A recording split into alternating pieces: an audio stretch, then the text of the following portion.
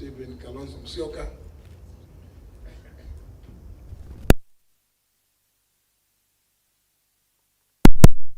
Honorable Gachagua, my brother, the Honorable Eugene Ludovic Wamalwa, my brother, Dr. Fred Okengo Matiang'i, members of parliament here present from both houses, former members, colleagues from political parties, friends from academia, friends of friends, ladies and gentlemen, good evening.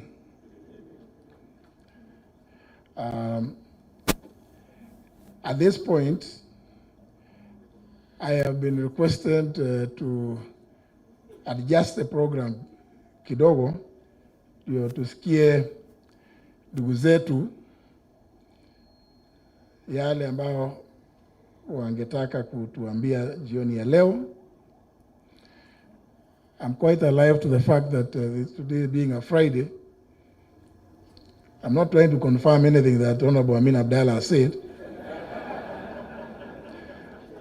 And because in our midst we have David Murathe, if I make reference to Uji, people might think that that's where we are hurrying to. But let me begin by thanking each and every one of you for finding time this Friday evening to come and share with me the glory of this momentous occasion of the launch of my memoir titled The Fight for Wonder. Thank you very much.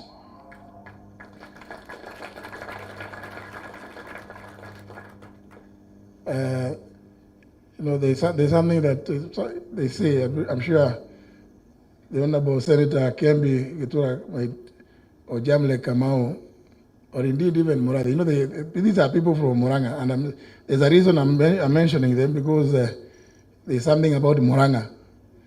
They say you're not able to shave yourself somewhere here. There's something they say. Maybe when one of them gets a chance to speak, they will tell us what that is. But I can see the Honorable Jane Kihara wants to interpret it immediately. So, ladies and gentlemen, allow me to invite my friends to come and say a few words, and then as we move on, then we can do the launch and make merry and continue socializing and getting to know one another better. So, ladies and gentlemen, allow me to invite my good friend, Dr. Fred Okengo Matiang'i, to the floor.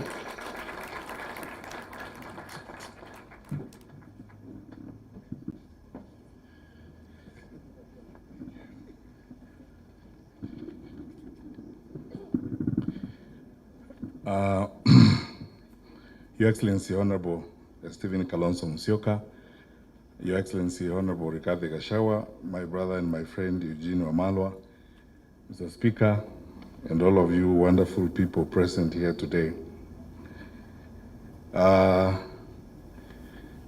For clarity, the Honorable David Murathe, who was being talked about, is my colleague member of Jubilee, the Vice Chairman of Jubilee.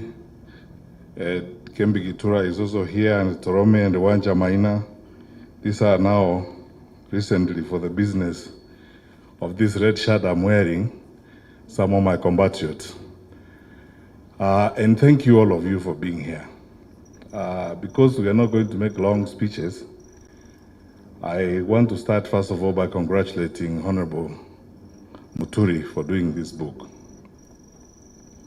In the 90s, I'm actually looking forward to reading it. In the 90s, in the mid-90s, I served on a small committee with Professor Henry Ndangasi, and the others in designing at the graduate school at the University of Nairobi a course that we call the African Autobiography. Because for those of you who may be students of literature and linguistics, the autobiographic genre became new to Africa probably late 60s and early 70s, because autobiography was mainly a predominant genre for Westerners in terms of writing. There are many theories you could go into on that particular basis, whether or not Africans didn't have stories to write or Africans didn't have to write about their lives and so on and so forth. But it's gratifying to see that now in Kenya, the genre has not only taken root, but it's very vibrant and present. And we are looking forward to reading what J.B. Muturi has done. But most importantly, I spent about 9 years working on legislative strengthening. And this is where I interacted actively with J.B. Muturi when I ran the Kenya Parliamentary Strengthening Program as, first of all, the Deputy Director, then Country Director for SUNY, and then later on the Regional Director for East and Southern Africa. We served together a little bit. I was reminding JB now on the ALP project, the African Legislatures project, when we did an analysis and put together data on Africa's 48 legislatures. What makes parliaments work, what makes parliaments tick, the characters and the types of parliaments and so on.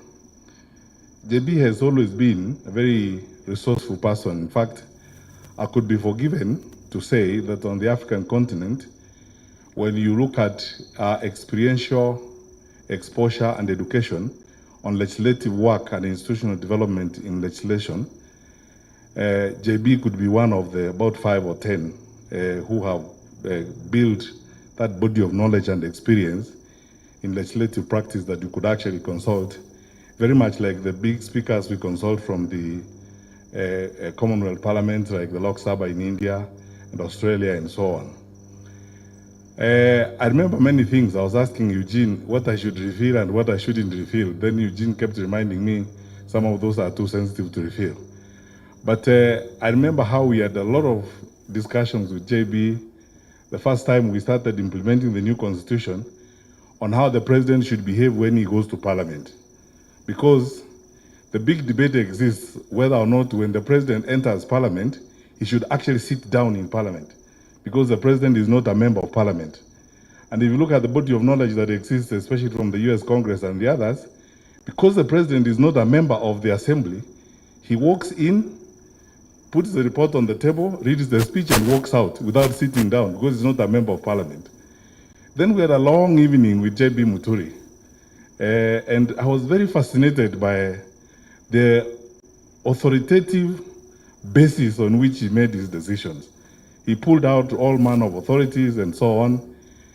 And as many of you who have been through this experience would attest, it was an intellectually fulfilling experience to see our own speaker getting into that space in a very authoritative manner and very exciting way. So here is my request to you, or my ask, JB. I'm going to, I've not read your book, so I'm going to read it now. And I hope you have delved into those issues like the ones I've said. When we have a presidential system of government in Kenya, the symbolism of whether or not the president should actually sit in parliament, whether it's a State of the Union or State of the Nation address. There are small nuances that a lot of people spend time writing on. If you look at the body of knowledge on legislative work across the world, there are small nuances that people dwell on, which are critical in terms of the formation of government and the character of government and how it moves forward. I ask you, therefore, to, beyond the autobiographical work that you have done, I would like to request you, Mr. Speaker, to now also help contribute to the intellectual body of knowledge on parliaments and what parliaments are supposed to do. Because you see, for those of you, my colleagues like Naituli, Kawanja, who are in the room and so on, recently, there's been a big argument in the academy on the actuality of representation for parliaments. Who do parliaments actually represent? Because this started from the theory of no taxation without representation. So you have these institutions, big bodies that gobble resources. They do a fantastic job, but who do they actually represent? when they enact, for example, a cybercrime law, like the one that was enacted, which you can see clearly it's diametrically at variance with the existing mood in the country and the democratic context in which we are operating. Where does representation begin and where does it end? And then finally, the history of our parliament has not been very well studied and documented. I argue all the time, and all of you wonderful people here will relate to this, that this parliament that is in office now and the honorable members of parliament who are here, please allow me to be very sincere. This is the first time parliament has not acted and actually invoked its absolute institutional mandate, which is bipartisan representation to deal with issues of the day. Because we have seen in previous parliaments, many of you who are here, Mheshimiwa Murathe, Mheshimiwa Kembe Githura, and the others who were in parliament in the past, when there was a crisis in the country, and in fact, this is the contribution of parliament to the management of the country. Parliament usually closes ranks, they forget about parties, they come together and now do a parliamentary inquiry on an issue. When the Gen Z demonstrations happened in 2024, and what happened in parliament happened, quite frankly, from a government point of view, and as somebody who has been a cabinet minister, I thought that the executive branch of government was going to take advantage of an absolute opportunity available to them, ask Parliament to have a bipartisan inquiry on what had happened, so that then they can follow and provide even an opportunity through which expression and discussion would happen on the challenges of Gen Z and what was happening in the country. Now, we haven't seen that rigorous use of the institution of Parliament for the good of the country, where, for example, investigations like those would happen. And both parties in government and parties in the opposition would sit and deal with those kinds of issues. When children burn to ashes in a school here, 21 of them, you expect a complete and thorough bipartisan investigation by Parliament.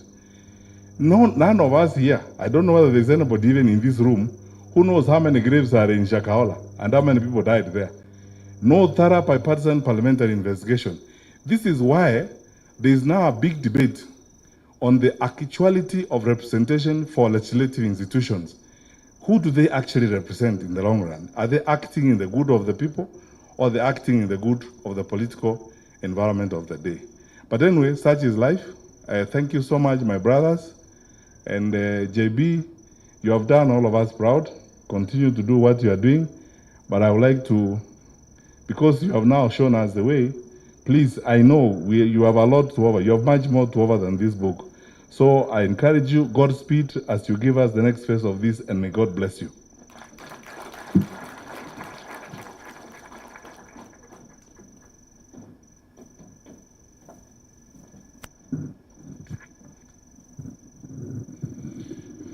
Thank you very much, Dr. Matiang'i. And let me take this opportunity to recognize one of my very good friends, many good friends who arrived when Dr. Matiang'i was on his feet. And this is none other than somebody I worked with in Parliament for many years, Mr. Michael Rotich Sialai, the immediate former clerk before Njoroge took over. Njoroge took over from him. And actually, after he left Parliament, he added another title. He's ambassador, Balozi. Karibu sana Balozi Sialai. Thank you very much, Fred. It's very enlightening to listen to people who have had that exposure of working with parliaments. And indeed, it's a very interesting discourse that you've alluded to. And I think when we were doing the new constitution, I think one of the things that, somehow we felt was going to capture some of these issues is, for instance, the heavy reliance and insistence in providing for public participation in our constitution. In fact, for Parliament, it is mandatory. They are required under Article 118 to do public participation whenever considering any bill, any motion, or any other business before the House of Parliament. And of course, you know, it is already provided for in the overarching provision in Article 10. Maybe debate. And I think this is a very good challenge that has been thrown, because you know, when we're doing the constitution, particularly you look at what you provided for in Article 95, Clause 1, about the National Assembly. You say the National Assembly represents the people of the constituencies and other special interests. Those of you who have the Constitution can check. That is Clause 1 of Article 95. I'm not putting in. I'm not adding anything, not even a comma. But good debate. That's why I think on an occasion like this one, it's good to have people to come and also enlighten us on some of these things that we will need to consider. I'm aware. I'm sorry that most of the members of Parliament are absent, and gotten an apology from both the Speaker and the Clerk that they are having what is called the Speakers Roundtable meeting with KEPSA, Kenya Private Sector Alliance, in Mombasa. But some are saying if they could sneak out, they could fly back to Nairobi. You know, those kind of meetings, members of Parliament cannot discuss in Nairobi because they can't get anything. Anyway, yeah, they don't like. I can say my good friend Honorable Mule is disputing, but it is the truth. Members of Parliament will not get the staff properly if you hold meetings like those ones in Nairobi. They prefer either in Mombasa, mainly Mombasa, or Naivasha.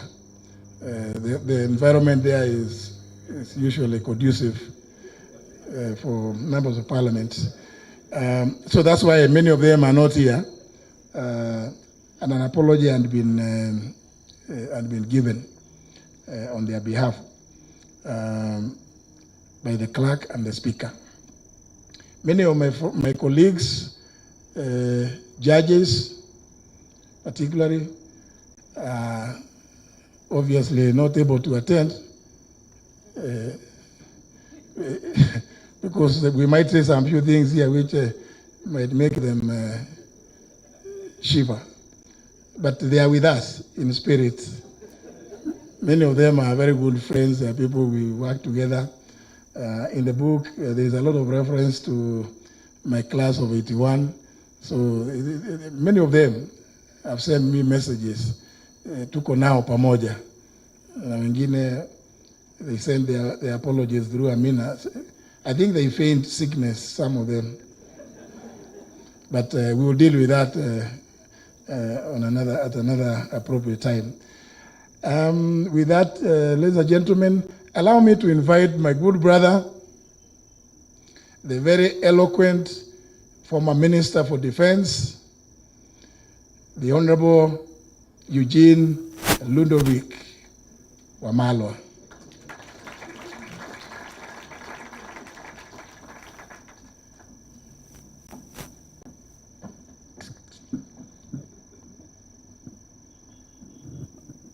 JB insists on pronouncing all my three names. I don't know why he insists on Ludovic. But this is your night, JB. It's not our night. I think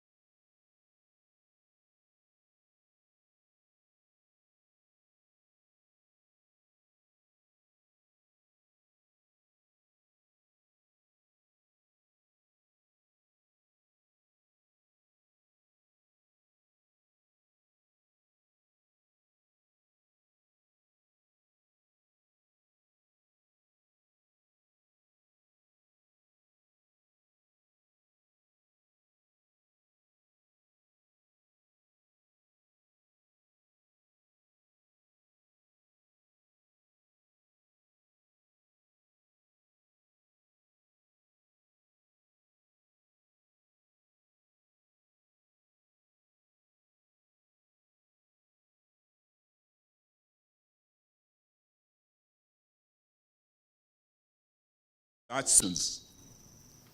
And the president said there's nothing like abductions. He's not aware. His own minister came out and said his son had been abducted. We've seen his family here tonight. And one of them, I don't know which one. Who was it? Leslie is the one who was abducted. Now, hearing it from a government minister saying, yes, abductions are going on in Kenya, and my own son tonight has been abducted, shocked not just Kenya, shocked the world. And he told Kenyans the truth, that these abductions are happening, and I had to talk to the president himself and demand that they give me back my son. And the president made one call to one Haji, and his son was returned to him. Who would have imagined a minister, a sitting minister, can actually expose a rot in a government and be as honest as JB was? It was just a matter of time before he was kicked out. I went to Embu to mourn with my brother Lenny Kivuti. He had lost his son. And when JB went there to read the speech of his boss, he was told, we don't want to hear that speech. Usiisome. And the man sat down. And when I met him later on, as Lenny was laying his son to rest, he told me, Eugene, my days are numbered in this government, but I want to tell you this. The people of this area, this mountain, have said no to this regime. And they have said it must be one term. This was a sitting cabinet minister. It was just a matter of weeks before he was kicked out. But he has stayed the course. He has stayed with us in the opposition, and he has stayed focused. I believe reading his book, we'll all be inspired to do much more than we should be doing to save our country. He is a man who would march into hell if necessary for a heavenly cause, as Elvis Presley once sang. And I'm proud to call him my friend. Congratulations, JB. Asante sana, Mungu akubariki.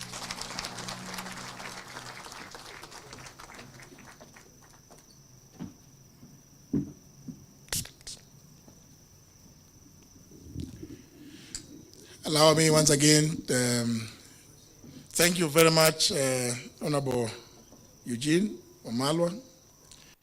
Allow me, my sister, the former Cabinet Secretary for Water, Public Service, Agriculture as well, the Honorable Cicely Kanini Kariuki. Thank you very much, my sister. I recall attending at your function, at the lodge of your book. Was it last year or in this same grounds? Thank you very much for coming as well. Actually, at the time, Eugene, I was sitting in the National Security Council, and His Excellency, the Deputy President, Rigathi Gachagua, is my witness that council had never discussed anything to do with the issues of extrajudicial killings, abductions, and forced disappearances. As the Attorney General, he's an automatic member of the National Security Council. Indeed, at that occasion, at the United Nations Human Rights Conference held at Gigiri, Nairobi, representing the government of Kenya, and specifically the President of the Republic, made a commitment to the world that issues of enforced disappearances would never happen in the Republic of Kenya in the year 2023, July. So sometimes when you work with that, with some of these commitments that you have made to the entire world, and then suddenly you start hearing certain things happening, you really get disturbed. Thank you very much for reminding us about that incident. Ladies and gentlemen, I'm sure many of you may be waiting to listen, to hear the truthful man. Sindio? Tunataka kusikia the truthful man. Because I want to confirm here. Because some people have said it, some people who have been employed by Kasongo. Oh, this guy, what he says, what? I want to confirm. Actually, he would be the only person as cabinet secretaries and members of cabinet would run to. Because as deputy president, he chairs all cabinet committee meetings. And I just want to confirm to the whole world, for instance, his vehement opposition to the 2024 finance bill. I'm not sijakuja kupigia Rigiji Ndebe, but it is to confirm, because I've had some people ask him questions, even on interview. Oh, ulifanya nini? He opposed the finance bill when he was chairing the cabinet committee. And from the cabinet committee, he said he undertook that when we go to full cabinet, he is going to be the first one to tell the president this thing is bad.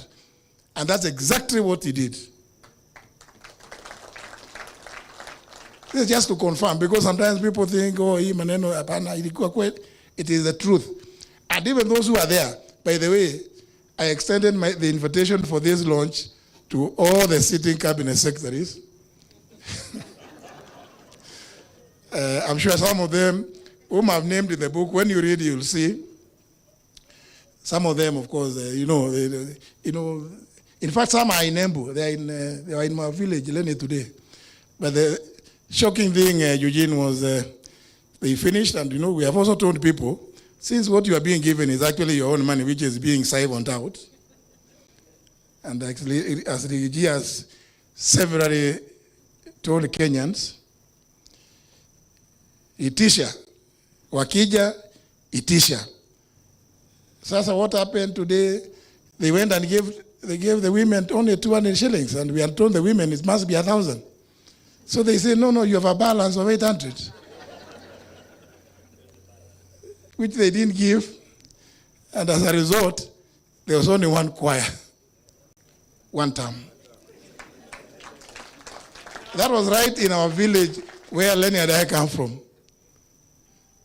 These are some of the things that sometimes when you listen to what is happening, well, I don't want to say much. Let me invite to the podium the truthful man, His Excellency Rigathi Gachagua, the second deputy president.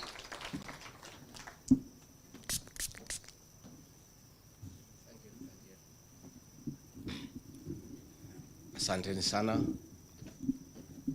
The man of the moment, AG Speaker Emeritus, the Honorable Justin Bidan Muturi, Your Excellency Kalonzo Musyoka, and all dignitaries present.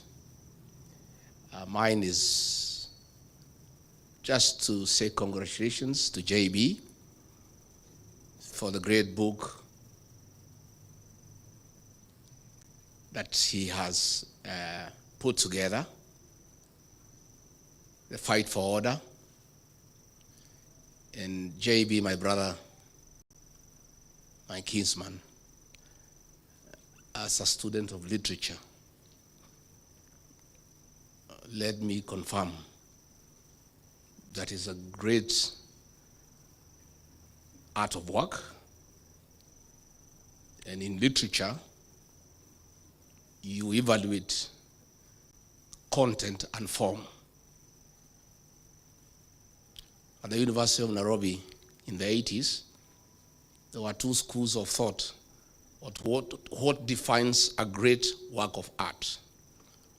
One group led by the late Professor Chris Wanjara believed that a good work of art is content, what you say. Another group led by Professor Henry Dangasi believed that a good work of art is the form, how you say it. Reading this great book, I want to confirm that it is splendid in both content and form. You have told a good story and you have told it well. J.B. Muturi, my brother, is a great friend of mine. We have come from far.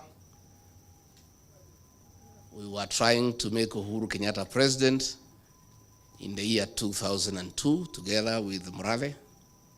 Those days I used to take Uji Murathe, I quit the club.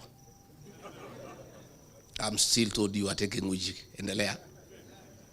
And we did not succeed. We proceeded until we made Uhuru Kenyatta president in 2013. And he became speaker. I joined him as a member of parliament in the 12th parliament. And we've been very close. Then we looked for government together, we were in the same cabinet. What JB has written here, especially the latter part, is true. And in the cabinet we served under Githinji, JB and I were the only true, honest people. When I left, he was left as the only one who is honest. When he left, there's nobody in that cabinet who is truthful. The rest are flower girls and yes, sir. And this is a good story, and these stories must be told. I will be telling mine, but not now. I'm too busy. I have some work to do. But I'll be doing a good work on the root of betrayal as we go on. It's good to tell this story because JB tried to bring order to government like he had brought in parliament. And JB was a good speaker. Despite the fact that he came from TNA, he never became a youth winger for Uhuru Kenyatta. JB and Kenneth Marede were two great speakers. It's unfortunate the speaker we have today is a youth winger. You find him in empowerment forums giving people maharagwe. And for that, JB, we salute you. You created order in parliament. You tried to create order in government and you got in trouble, like myself. That's why we are out with you in the trenches. Because you tried to create order. Let me confirm to the people of Kenya that J.B. Muturi as Attorney General saved this country billions of shillings by refusing to sign shady deals that were laced with conflict of interest and state capture. I remember when one day he was in Dubai and William Ruto called me very annoyed and very angry and full of abuse, abusing J.B. Muturi in all manner of abuses. Wewe Regiji, tafuta hiyo mtu yako ya bere, hiyo mjinga. Bure kabisa hiyo mtu. Hii sanamu mlitoa wapi mliletea mimi as Attorney General? Tell him, nitafuta yeye kazi. I'm telling him to do things he cannot do. Tafuta yeye, si mtu ya kabila yako. Huyu Ruto anasema hataki ukabila. Tafuta yeye and tell him to sign those things. Hey, I called JB. Hey, AG, where? Boss is burning. He is all over. Kwani umefanya nini? What have you done, my brother? You are in trouble. He said I was coming. I'm at the airport, and the boss has called me. I met some business people there and signed a contract on the runway. And I've said I can't. I need to look at the document, give it to people at the chambers, interrogate, and advise government whether it's in order or not. I cannot sign. So I called the president. I said, no. Boss, what you're asking JB to do is wrong. He's on transit, and he's being given documents by people he doesn't even know. to put his signature as Attorney General that it is right. And he stood his ground. He was trying to call government to order. I remember one day we were in Naivasha for a conference for cabinet secretaries and principal secretaries. And William Ruto called me to his room again and abused me and my community because of JB Muturi. Hii mtu yako ya bere, buri. Ebu muite hapo mwambie hiyo vitu nimwambie afanye. And he should not tell me anything. I'm the president. I am not a lawyer, but I'm the president. What I want must be done in this country. Can you look for him? And you get back here uniambie. So nikatafuta JB, nikaita yeye kwa room yangu. JB, again wewe, you have robbed my boss the wrong way. What's the problem? JB said, he is asking me to sign a deal to buy land with the funds from the Settlement Trust Fund, SFT, for putting up an industrial park. This fund, by law, you can only buy land to settle squatters, to settle Kenyans who are landless. You cannot use it to buy land for any other purpose. I cannot do it as Attorney General. Please tell him I will not do it. So I went back to him, I said, it cannot be done. And he has explained to me, and I agree 100%. So when JB Muturi says we need to call the country to order, he has lived those words. And he was my soulmate in cabinet, because he was only the truthful person who is fearless. One day, when they are in cabinet committees, the president had tasked his tribesmen there in cabinet to keep him informed on the deliberations in cabinet committee by text. So if the direction a debate is taking is not going his way, especially in issues he is conflicted, he would send you a text and tell you how to take the conversation. So JB looked for me and we agreed what to do. Himself and myself, we will leave our phones away so Ruto cannot reach us. By the time he has been told what he wanted is not going the right way, to the petition. And he has told you, I would say, I rose finance bill, everybody. Oh, mkubwa Muturi, I said, boss, this thing cannot be accepted by the people of Kenya, and we'll have an egg on our face. Kenyans will not take this finance bill. He took me to task. I said, no. I told the Secretary to Cabinet, Mase Wajau, put it on record for posterity. I have said, no, it will not work. So when it did not work, we went to Cabinet. I wanted to revisit the matter, Kakata. I said, boss, can we go back to what I had said? After the agencies brought a problem. The worst, of course, is when JB's child was abducted by the National Intelligence Service. And he called me, William Ruto was out of town, and said, Deputy President, my son has been abducted. I'm talking to everybody, they are taking me in circles. This is not acceptable. And for your information, if your child is missing and is suspected to be in the hands of the police or security agencies, you go to court and file what you call a habeas corpus, compelling the Attorney General to produce the person, dead or alive. So JB Muturi asked me, as Justin Muturi, if I file a habeas corpus against the Attorney General of the Republic of Kenya, whom will it be served upon? So I called Kindiki, Mr. Yesa, he took me in circles. He was in Interior. I could see he's lying. He knows, but pretending he doesn't know. I called Nudin Haji, he took me in circles. I called Mohammed Amin, director of CID, he took me in circles. I called Japheth Kome, he was the IG, he was talking to me in Kemeru. And they were all taking me in circles. And I called William Ruto, he was out of town. I said, Mr. President, Your Excellency, we have a problem in our hands. The son of your Attorney General has been abducted. He sits in the National Security Council. He is here with me asking why anybody would abduct his son. And he sits in the National Security Council. He is a principal a legal advisor to the government. If anybody had a problem with his son, it's just ask him, AG, can your son turn up here? I say, this is not right. Wewe Rigiji wacha fitina bana. Wewe umenisumbua. Kila siku unanipigia simu fitina. Abducted by who? In which country? Wewe bana usinisumbue. Usilete mimi fitina. He's put on the phone. So I told JB, go and face him. He knows where your son is. I've listened to him, I know him.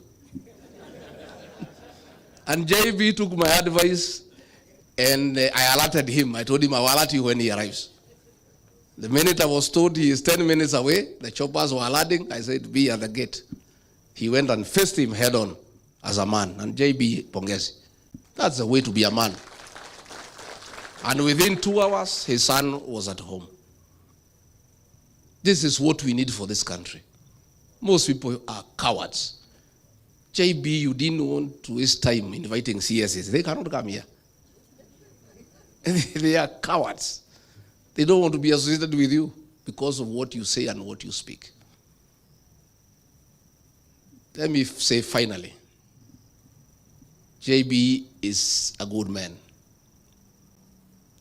He was my boss in Parliament as Speaker. I was a first-time MP. 5 years down the line, I became his boss as Deputy President. He respected me in my new position. All the other MPs we came with from Parliament had nothing but disrespect and distaste for my new position. But this man here said, God has given you this opportunity, we must respect authority. So we developed a very tight relationship. And I had to pay him back one day in kind. And it's good I tell you. After the Gen Z protests, the cabinet was dissolved. And William Ruto was struggling on what to do, bring Raila and his people in, this, that, and we let him do what he wanted to do without too much argument. And he announced the first batch, and out of the positions I had negotiated for my counties where I come from, he did not appoint anybody from Embu. And I asked him why. He said, let's wait kidogo. So, in the next appointment, the final one, he called me and Musalia so that we flank him to announce the last batch of cabinet. And he was in a hurry. Let's go. I said, hey, what do you mean we go? How? How do we flank you to announce what we don't know? No, wewe Rigiji wacha maneno mingi. Musalia, let's go. I said, no, I can't. If we are flanking you to make the announcements, we must be part of what you're announcing as the usual practice. I cannot flank you to announce cabinet when I don't know who you're announcing. I cannot hear it for the first time with the rest of Kenyans and the press. So he was very angry. Then he rushed to his office. Oh, Musalia, my God. He was shaking like a leaf. Oh, Mwami, how can you challenge the president? How? Please, this is not right. I say, Musalia, my friend, do you know this announcement, your name could be missing in that paper? The only person who is safe is myself because I'm elected. So mimi hata nakusaidia. So he went and brought the list and threw it at me. I looked at it and found that JB had been dropped from Embu and he had put somebody else. And then I asked him, who is this? I don't know him. You have not consulted me. We had an agreement. Who is this? Oh, is somebody says Barida brought. I said, no, I cannot be party to that decision. Because the other time, you appointed somebody from Meru. I did not argue with you. The people of Meru were asking me, who is this? I don't know. Where is this home? I have no idea. This person I don't know. So if that is your choice, go ahead and announce. I cannot accompany you to make that announcement. He said, wewe Rigathi. Hii ukabila yako itakufikisha wapi? I said, Mr. President, I am not party to that decision. How do I accompany you to announce something I'm not part of? And the people of Embu will be asking me, who is this? But if I'm not there, just go ahead and announce. He kept quiet like 3 minutes. He said, he threw a pen at me. He said, Toa you mtu weka you JB yako hapo. This JB, you are crazy about this JB. I said, but Mr. President, this is a good man. And I chair the cabinet committee. This is a solid minister. All the other people you are putting and you have returned, most of them are useless. I sit there and I have listened to this man. And he means well for this country.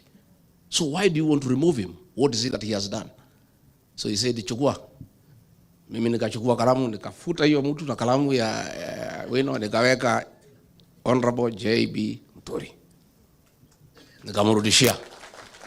But then I told him, because I know you, if we go there and you announce the other name because I think that is what you want to do, I'll walk away when the press is live. So that's how J.B. Muturi got his job back. And after that, I was thrown away, and he followed me. I'm sorry I was not there to defend you another time. So I want to say, as we celebrate J.B., this country is blessed with a great leader, a steadfast man, a great man. And J.B. Muturi, as you have been told to put order into this table.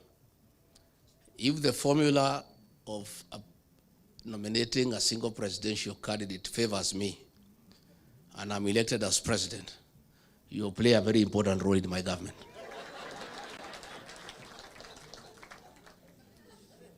And for having been kind to me, when you asked me to step down my candidate with Senator Lene Kivuti, our senior elder, you know, in our community, we have seniority of elders. If Lene Kivuti summons me, I'm a junior elder in my community, and gives direction, I just have to honor. So when Lene Kivuti and J.B. Muturi summoned me and said, as better people, we have decided that you step down your candidate in favor of Newton Karis, I agreed with the two senior elders from our community, because that is the way things should be run. So J.B. Muturi, please take us to Bere with Senator Kivuti and call the people of Bere North to order. Because Kasongo has put 300 million shillings so far in that by-election. Senator Lene Kivuti, you must lead us there to rubbish that money in 6 hours. And in Bere North is where William Ruto must be taught how to put communities to order. And J.B. Muturi, mimi nakutakia mema. I'm sorry I've taken a little bit longer, but I wanted to tell you about this man. And where we are as a country, we need such people. J.B. Muturi and myself could not last in that government. The leader of that government is a pathological liar. I have actually serious doubt whether his real name is William Ruto. We are just too honest and too truthful. And for those we have joined hearts together, Stephen Kalonzo Musyoka, Fred Matiang'i, Eugene Wamalwa, Mother Karua, please get used to me, and JB will be very truthful to you. And always take it well, because we mean well for this country. And for you to help this country, you must be truthful, not only to yourself, but to the people of Kenya. Asanteni sana na shukuru sana.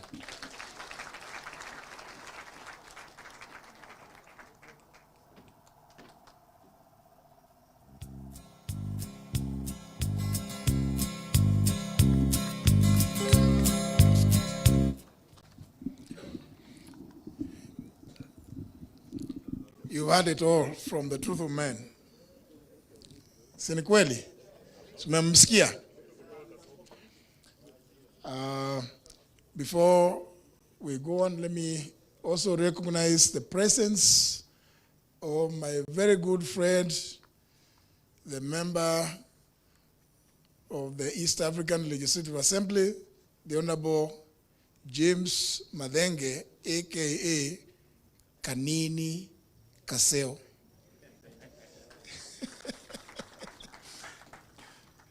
He was with me in the 11th and 12th Parliament. Thank you very much, brother, for coming. Let me also take this opportunity to announce that although I'd invited my sister, the Honorable Mother Wangari Karua, she is unable to be with us. She has traveled. She's traveling tonight to Germany. But she had indicated that the Secretary General of our party, Madam Asha Bashir, would attend, and I can see when she was called, she had not arrived. Asha, maybe you could come and just say a word, because it is indeed true that Mother had indicated to me that you would come and represent your party and her. Please, come here.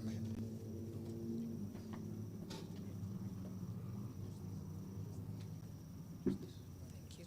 Good evening, ladies and gentlemen.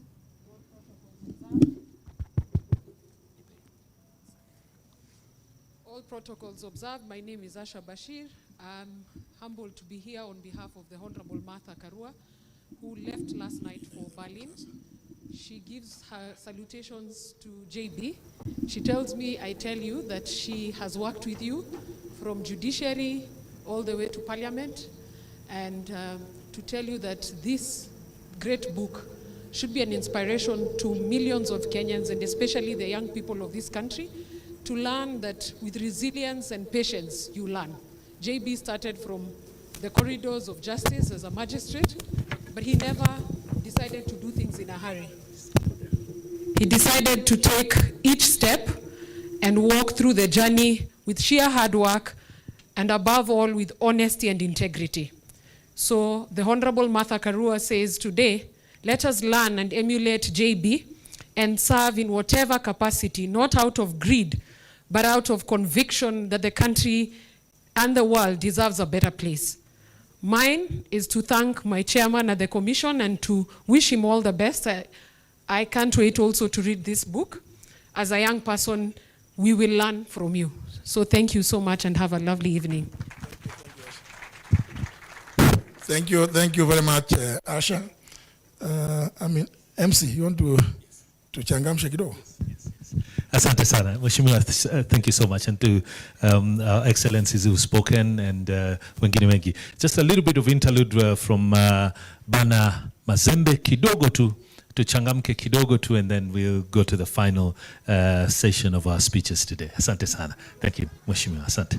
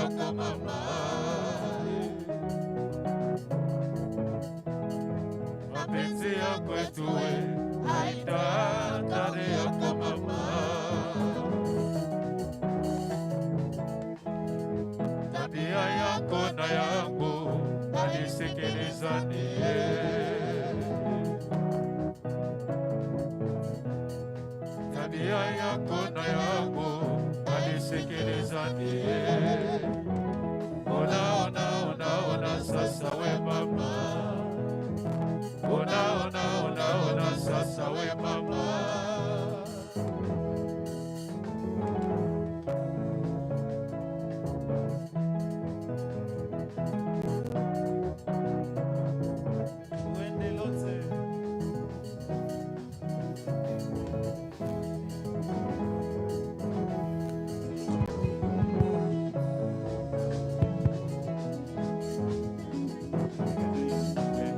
Tukaribishe.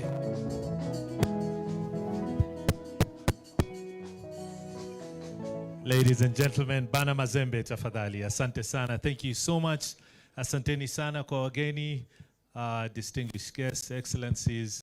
We are now coming to the final session of our speeches, and then we'll get to the grand launch, and then we'll celebrate together. Asante sana. Nataka sasa mabibi na mabwana, munisaidie tumkaribishe the man of the moment, the former Attorney General, Speaker Emeritus of the National Assembly, Mheshimiwa J.B. Muturi. Let's now hear from him what inspired him to write this beautiful memoir that he's launching here today. Makofi kwake tafadhali. Asante.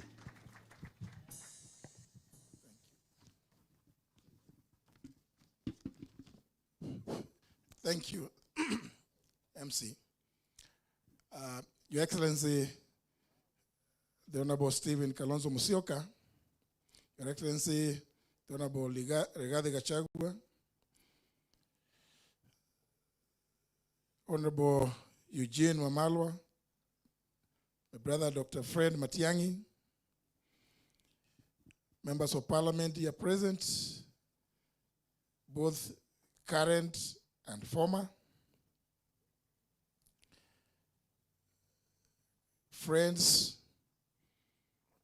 government officials that may be present, colleagues, friends of friends, ladies and gentlemen, I'm delighted to have you all here today for the launch of my book, The Fight for Honor.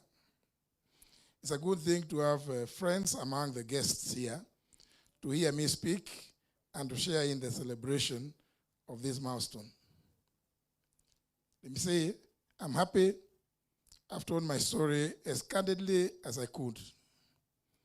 I hope you will enjoy reading it and that it will inspire you to help me in my mission of building honest institutions in Kenya. Thank you for making the time. And as I said earlier, this being a Friday, I'm sure you'd rather be somewhere else, probably partaking of tea or uji or many other broths. As my good friend, the former president, who has written the foreword in this book, these days often refers to some of the beverages that people take on Friday evenings. This launch is also a milestone for political leadership and political memory making in Kenya. I hope more of us are here, and even those who are not will get the time to pen your memoirs and autobiographies to give the next generation an intellectual grounding on how to do things and how not to do things. I appreciate each and every one of you who has bought the book, and special thanks to those who have bought more than one copy for donations to your community libraries, your organizational libraries, especially the lawyers, the researchers, the think tanks. Thank you very much. You bought the book. Yes. You read the book.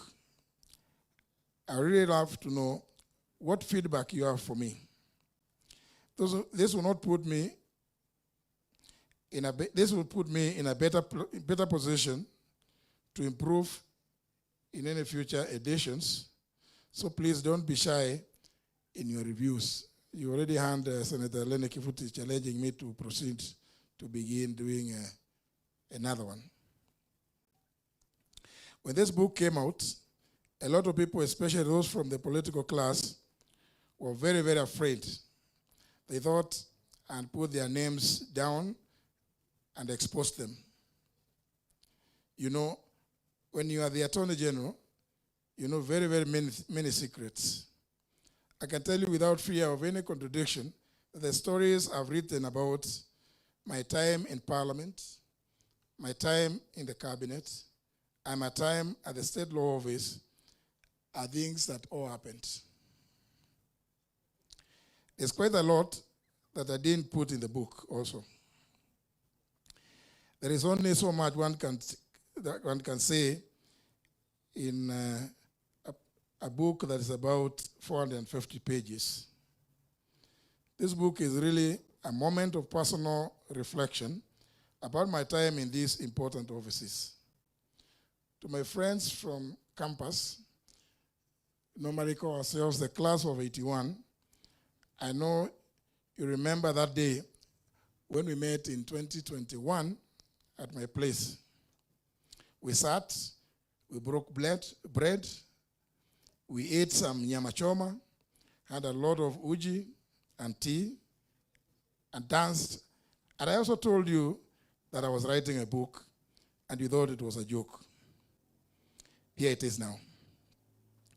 It's taken some time, and it's quite a lot of work turning rough thoughts into readable book that so far as the promise of being a good seller.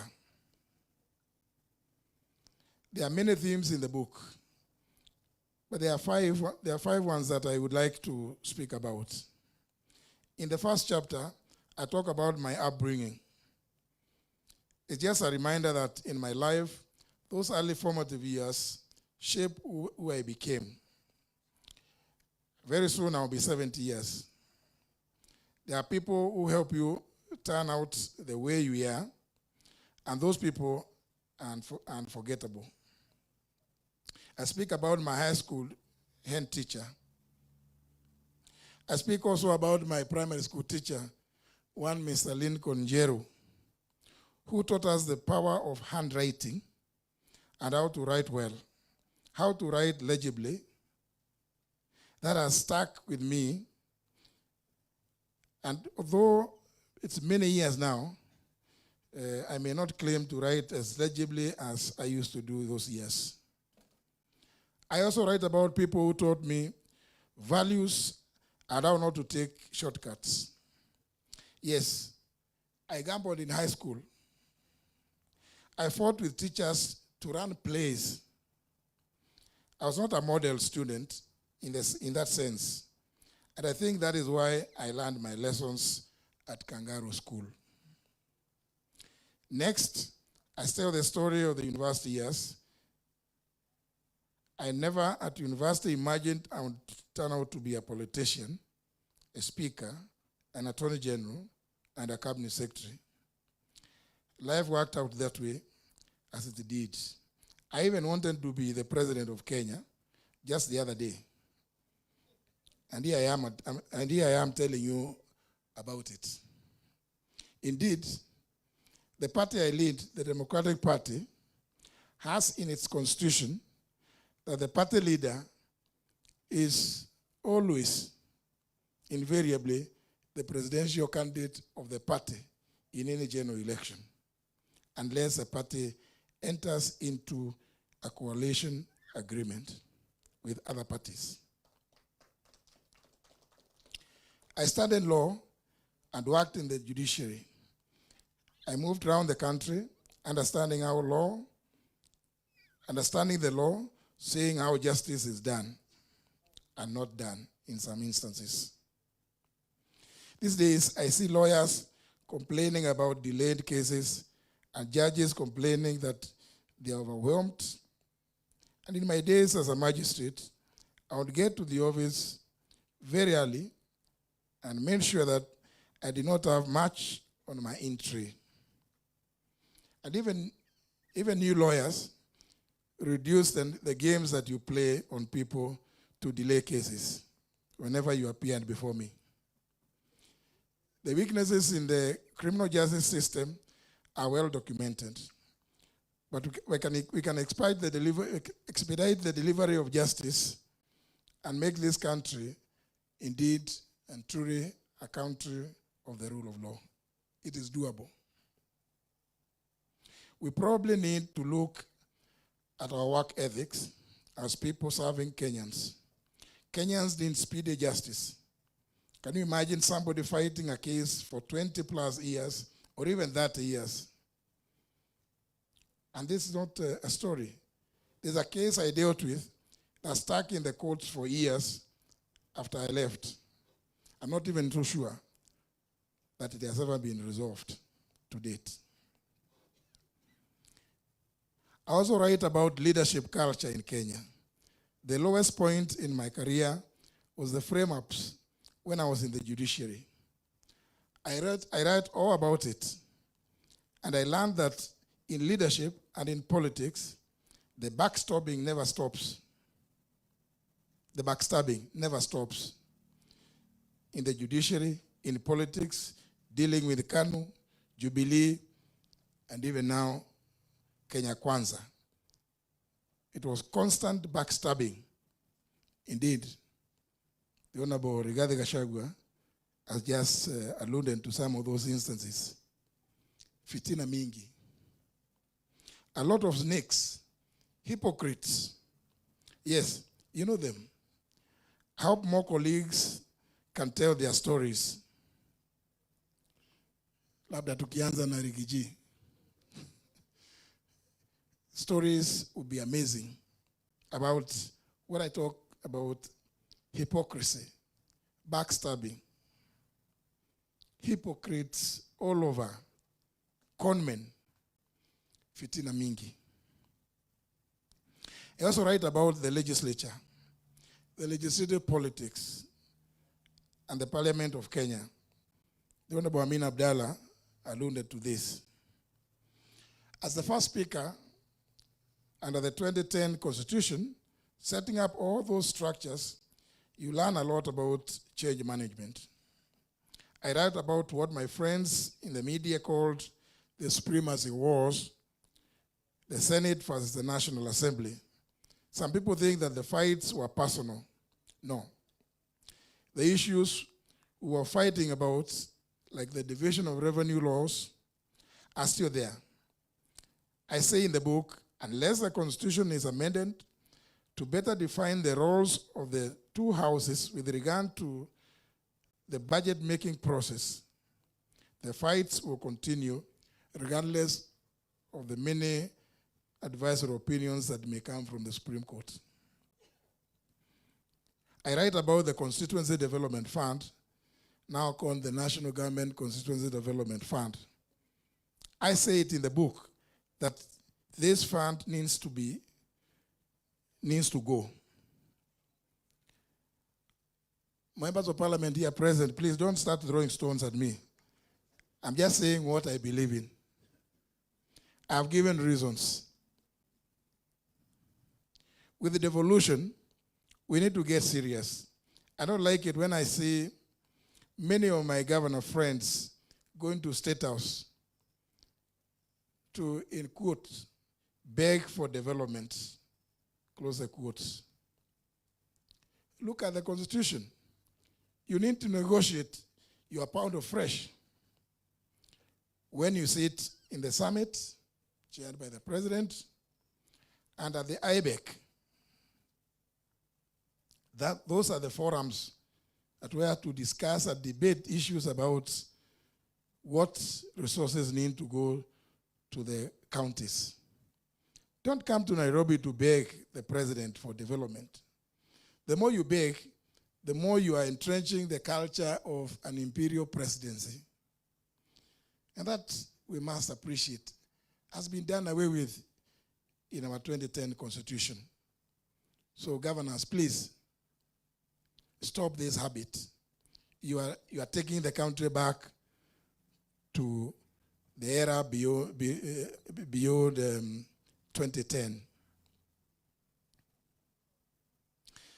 One of the many, of course, many of you will buy this book because I write boldly about my time as Attorney General and as a Cabinet Secretary. I know some of you are waiting to hear the stories I've told about the current administration of William Ruto. Well, these days he has many names: Kasongo, Kaongo, Githinji, et al. Many names. It is one of the worst decisions I made working with William Ruto. I thought I could infuse change from within, but I realized that the fish rots from the head. My friends in Tanzania say, siku zote ng'ombe anayachelewesha msafara ni ng'ombe aliye mbele, lakini ule ng'ombe anapigwa ni ule yuko nyuma na ndiye huwa anapiga kelele. If this country is to progress, we need to deal with the leadership at the top. We keep saying one term, and we mean it. This isn't personal, but objectively speaking, for a person who talks a big game but does the opposite, it is really disheartening. There's a saying, a quote, who are worse than murderers and pretenders. There's also something about hypocrites. And I must warn you about manufactured crises. Every time you see our president manufacturing a crisis, just know he wants to eat. Just this week, we heard him talking about power rationing when the bulk of electricity is geothermal, or rebuilding the airport. You must have noticed that he's even costed the airport to the tune of 200 billion. Never mind, he was speaking in a foreign land, never accompanied by any engineer, any architect, any QS to give him these figures. He merely jumped at the figure of 200 billion. He would assign a value to a project just from thin air. I talk about this through the Kedong Ranch. The Honorable Gachagua has just alluded to it. And the multi-billion tender, which I refuse to sign when they try and cornering me at the airport in Dubai. You do not, on one hand,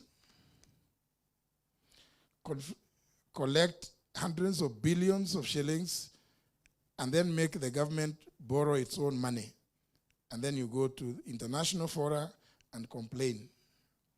Indeed, it reminds me of the remarks by many years ago by the late Fidel Castro, who was saying that history will absorb me. There are also moments when he manifestly flouted the law, and I told him as much. The English say, you cannot lie down with dogs and not come up with fleas. I just want to say that might be true because I have my scars. And lastly, I have to alert you to the rule of law, the human rights abuses, the extrajudicial killings, abductions, and all that. You do not import mercenaries to conduct human rights abuses in your country or subcontract reprisals to foreign countries or gaslight your own people for calling you out. You do not run an abduction squad in your own country. These are things we need to deal with. Finally, I explore my dreams. What future do we want? What future do you want for your children? Do you want to see them despondent, being killed in the streets, being abducted in broad daylight, being gaslit for fighting for their rights? When I worked with this government, I thought we were issue-based. But now, tribalism and corruption is on the up. I believe in the rule of law and a government that has respect and treats Kenyans with dignity. If I keep talking, I'll be reading the book for you. I don't want to spoil it for you. Read it. Make up your own mind about the book, the content, and about me.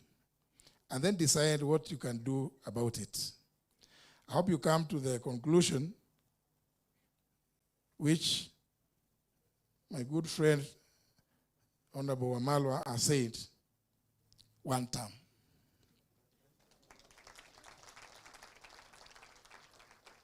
That we need to chart a new path and a new direction in this country. you read it, enjoy it, and I hope you buy some copies for your other friends and also for libraries in your locations. Thank you very much, ladies and gentlemen, for listening to me. And I conclude by saying that I am extremely happy that our good friends from the Frederick Newman Foundation, Judy Kaberia, is also with us. I know at the foundation they do a lot of governance issues, just like several other foundations do. Thank you, Judy, for standing with us. Ladies and gentlemen,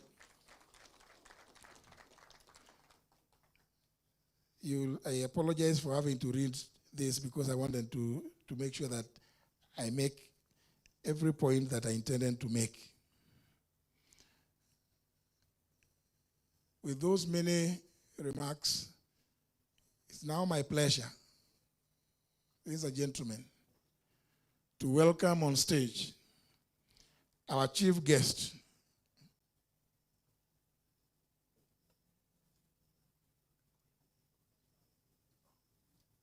sorry, I'm also told that my very good friend, other very good friends as well, have arrived. The Honorable James Gakuya, the member for Embakasi North. Karibu sana, my brother. And my young son, the Honorable Getonga Mokonji, the member of parliament for Manyata in Embu. Uni kijana yangu. Thank you very much, Mokonji, for gracing this occasion. Asante sana. And I hope I have not forgotten to recognize, is that Judy? And also somebody I work with at the People's Restorative Justice Commission, Professor Friend Ogola. He just arrived from the US where he took his presidential campaigns. Karibu sana, Professor. Thank you. I know you just arrived this afternoon. Also, let me recognize the presence of Judy Sijeni, Ambassador. Wakili Eunice Lumalas. And I hope I've been able to recognize each and every other. But anyhow, my good friend Olekenta is here. Wacha tusikize our chief guest, His Excellency Dr. Stephen Kalonzo wa Musyoka is our chief guest at this launch. You will make the final remarks.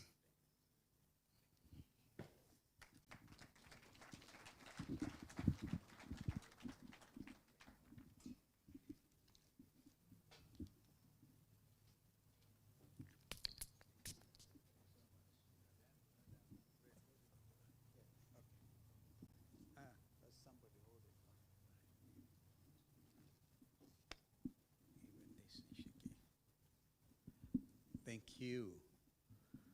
Thank you. A very good evening, ladies and gentlemen, my brothers, Riggy G, the second Deputy President of the Republic of Kenya. My friend Eugene Wamalwa, the German name I skipped purposely. Our brother Fred Matiang'i, and all of you distinguished friends. You see now, Fred, you introduced some people you came with, or they brought themselves from Jubilee. And because you did that, I received a request, now recognize patriotic front leaders who are here. And I think it is inappropriate because some of them have already been recognized by the man of the moment. But be that as it may, I think I saw some people are with me in Kisumu, in Jaramogi something, right? Kago ka Jaramogi.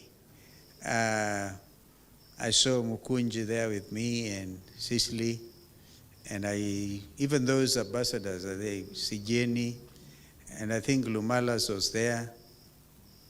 Ndegwa Njiru was there. Did I see Ndegwa Njiru? He was there. Ben Momanyi, I saw you. Ben Momanyi was there. Mwana Mule. Who else am I forgetting? Please just stand so I can recognize you. So you don't take Senator Manzo, you are not there.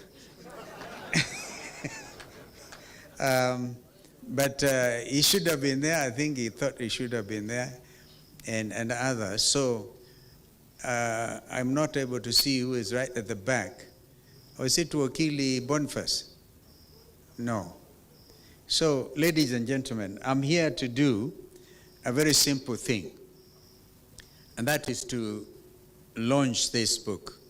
I asked myself, JB, why did you make me the chief guest? Is it because you thought I should buy very many books tonight and to give out there? Or is it because I may have written an autobiography for myself, and the title of which is Against All Odds and which is due for revision? Or is it because I'm older than you? I think it's because of the latter. That I realize this guy is 3 years younger than me, and he's from my neighborhood. I don't know why Brother Rigiji claims Muturi for his own kinsmanship. Because if you listen to JB speak Kikamba, he speaks without an accent. Even the way he pronounced my name before he came here, that's not the normal way you pronounce my name, because he is fluent. And then his home is near Ishara. From Kanyambora, where Lenny and him come from, to Sekuru is actually just less than maybe 30 kilometers. Now from there to Rigiji's place is very far. So we share in, but I heard Rigiji make some very interesting distinction, that him is a brother and I'm a cousin. That, imagine Lenny and JB is brothers, but I am Rigiji's cousin. But we all felt that anybody who is feeling the weight of misrule, overtaxation, is actually a cousin. I think that is why JB asked me to come and really nail it for him. JB, you're a very frank person. And allow me to tell you that Uhuru Kenyatta should have been here. But as you asked me to mention that he would not make it, I remember when we are reviewing the possibility of coming tonight, you told me you suspect if Uhuru Kenyatta had read the book completely, he may not have signed the foreword. But I think he did. And he makes some wonderful remarks about who you are. When I saw Fred Matiang'i, I asked him, have you read the book? Because, ladies and gentlemen, I'm actually now marketing this book for you. My younger brother, JB, as we call you. Because out there, we are here launching a book written by a stickler, not only for the rule of law, but one who believes in the separation of powers. He has served in both the executive, the legislature, and the judiciary. One of our foremost statesmen, I dare say without any hesitation, and one who is also fearless. Even as we sat there with JB, I told him, Do you remember this friend who is running out of the country, is all over the place, and is trying to tell JB and I to mention that somebody at the very high level is already received a $10 million bribe to bring in rice from Pakistan or wherever. That is JB Muturi. And so I feel truly honored to associate myself with you, and also a party leader of Democratic Party. The founding Kiongozi, as you all know, was a gentleman I was privileged to serve under as his vice president. Not that he appointed me, but I negotiated. No, I learned a lesson in life. And it's somebody, when we went, a lot of you may not know, I was also a deputy speaker one time, between the years 1989 to 1992. And then I went for an IPU conference, somewhere I think in Togo. And we wanted the late Joseph Muliro. How many of you remember Joseph Muliro? He was assistant minister one time for foreign affairs. And we wanted him to join the 9-member committee of parliamentarians from all over the world dealing with matters to do with climate change.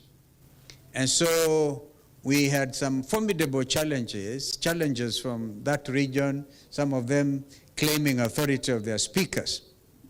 And I coined afresh. I said, in business, you don't get what you deserve. That is generally said. You get what you negotiate. So I learned that and applied it with President Kibaki. We negotiated my being 10th vice president. But that is part of the history. But I also learned another useful tactic. And I think that is what this Kenya Kwanza administration has been applying. And that was that in order to get Joe Muliro appointed as a member of the IPU Committee of Parliamentarians on Climate Change, we realized that our competitors had no time for us, and so they didn't care about the qualities, the qualifications of Joe Muliro. So I said, as the leader of delegation, because as deputy speaker, we'll apply the following formulation. If you cannot really dazzle them with brilliance, then baffle them with bullshit. There's a lot of bullshitting around. And because that is what really is holding this country at ransom. And it's all written and elaborated under this wonderful, wonderful work of art, as Rigiji put it. First of all, JB is summoned by J. Muturi, who wants a meeting of the Speaker of the National Assembly, the 11th edition, and calls him and say, JB, can you come to State House tomorrow? He didn't say, he said, what time, Mr. President? Then he says, you contact Jay, you'll arrange the logistics and the time. So JB shows up, the Speaker of the National Assembly. And whom does he find? He finds Fred Matiang'i, Interior. And he also finds Kibicho, Garanja Kibicho, the PS. It's all there, Fred. That's why I said, if you read it, you have to really know that we are dealing with a very honest person in the tradition of the truthful man. And he says it there. He says he told President Uhuru Kenyatta, you cannot do this. I am the Speaker of Parliament. There is a principle of separation of powers. And he called Kibicho and Fred some very nice names there, because he was angry with what he thought was an aggression on the principle of separation of powers. He does the same, and of course others also at the time in the book, if you read, where, for example, you see, we are making him look like a wonderful person, but the human being in JB had to face the wrath of Mr. Njeru, Now, in that we share. When I was in Meru School in Form 5 and 6, our headmaster was Mr. Njeru, who once became the director of education. And one time and I think that's why I sharpened my negotiation skills at Form 6, because we went on strike, and Mr. Njeru said, the Form 6, in all one accord, have decided to fail. We actually turned out that time in Meru School, the class of 1973, as number 4 in the country, because we were refusing to eat stuff we were calling fufu. But we had given Mr. Njeru a nickname of Mr. Amin. We call him Mid Amin because the way he used to walk, and he was, students always deal with their head teachers. Now, Mr. J.B. Njeru accused him of teasing girls and pinching them. I don't know, JB, in your years at the university, or before you went to university, if that was your characteristic. These days it can constitute a very serious offense, for which men actually get impeached, not in Kenya, in other places of the world. So he lays it bare, including the role he had with his Mbere clansman who spoke here, Lenny Kivuti. Serious rivalry at their level. One region or whatever. He had actually also changed his name. Read that book. It's an amazing work of art. But he actually then says there, I will not sign it. That was JB. It is out there. And they say, release my son. We have seen the story of Leslie. So JB, when you write your next book, and I want to agree with my brother Rigiji, let us go through this season, because it's a very, very important season, pregnant with all types of expectation. And when, God willing, we get to Canaan, you will then have time to read to write a wonderful thing. I want to read a book written by Rigiji, because he has written a very nice chapter already. He has seen it all. He paid his brother in kind. I don't know how many deputy presidents world over would be able to stand up and get a president to go down when he's going to announce the names. And he actually gets them. That is the art of negotiation and also transparency. If indeed we are a government or a country that believes in the rule of law and democracy, then we have to be like Rigiji. I just come from Luo Nyanza. And please don't ask me where I got the 100 cows from. That's my own secret. Some think I keep a lot of cows. It is true. In addition to growing green grams, we call them dengu, we also keep some cows. And we went out there, and I forgot to salute the champion of devolution, certainly a champion of democracy, the late Honorable Raila Amolo Odinga. I just failed to salute because I was wearing Mukunji, remember, I was looking like you today. I really miss out just to salute him and to say the struggle continues, la luta continua. I wrote that in my remarks and bidding him farewell. But ladies and gentlemen, this is a country you all love. And this is a country we know at a critical time like this, if we buckle, if we falter, then it is like what Shakespeare said, the rest of the voyage is really taken. If we don't take this high tide, then the rest of our lives will be lived in mystery. And the lives of Kenyans will not be exactly what J.B. Muturi would have wanted. By laying things bare, telling it as it is, and I have read also as a senior counsel, I can tell you none of that stuff is actionable. Nobody will sue you, because I think you took that into account. But you also put it openly. So I'm so honored to be able to launch this book. And the fight, not just for democracy, the fight for order in our country. And of course, if you know, in the tradition of the British speakership, I really like to see there's a speaker who was presiding of, I think, impeachment of one of those prime ministers. And I said, as many as of that opinion say aye, aye. As many as the contrary opinion say nay. The ayes have it, the ayes have it. Unlock. Unlock is a very interesting situation. Kembe, my classmate, also remember, he was a deputy speaker in the Senate. That order for our country is really what is critical at this time.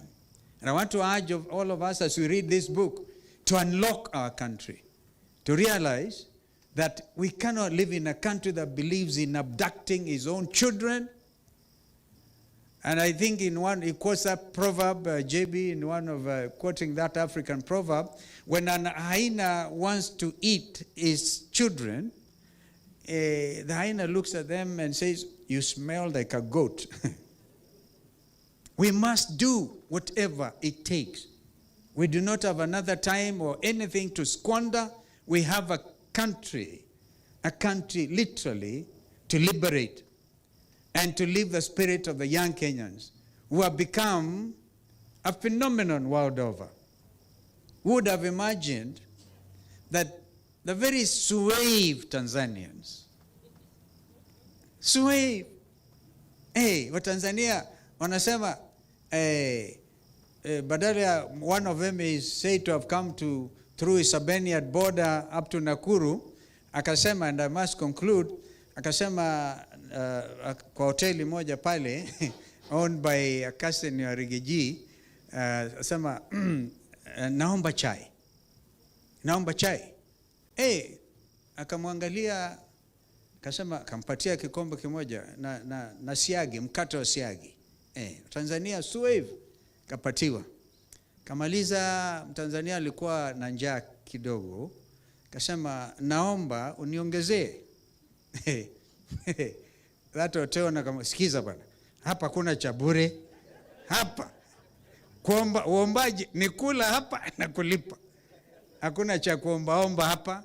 The suave Tanzanians thinking the Kenyan Gen Zs were from Mars. And you see, they even now, unfortunately, arrest Kenyans who are working ordinarily kwa mahoteli, and they think sasa hawa, they are part of, these are the people who have awakened. The Gen Zs everywhere have woken up because they are demanding transparency. Just like JB Muturi has said it, put it so clearly, that they, not just in Tanzania, in Madagascar. Did you know see Sheikh Hasina, the Prime Minister of Bangladesh, escape by helicopter to India? Because the Kenyan Gen Zs had said, I've actually said that example. Of course, recently in Nepal and other places. We are living in very interesting times. Times that if we don't catch up with the aspirations of the young people who are demanding change and demanding it immediately, demanding transparency in leadership, demanding good order, the fight for order.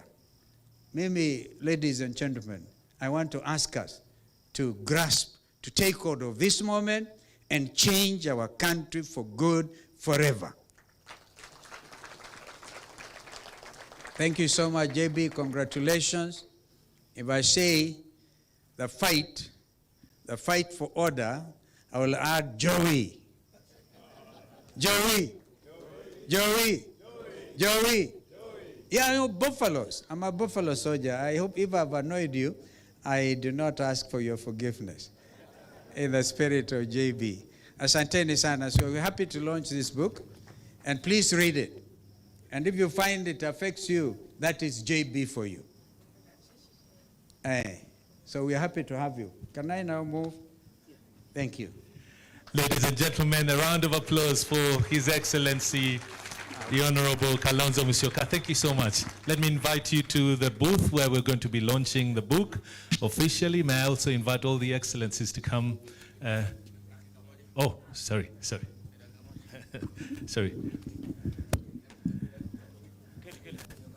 Let's give the Excellency Rigathi Gachagua just a moment before we launch officially the book. Kuna kitu moja nimesahau.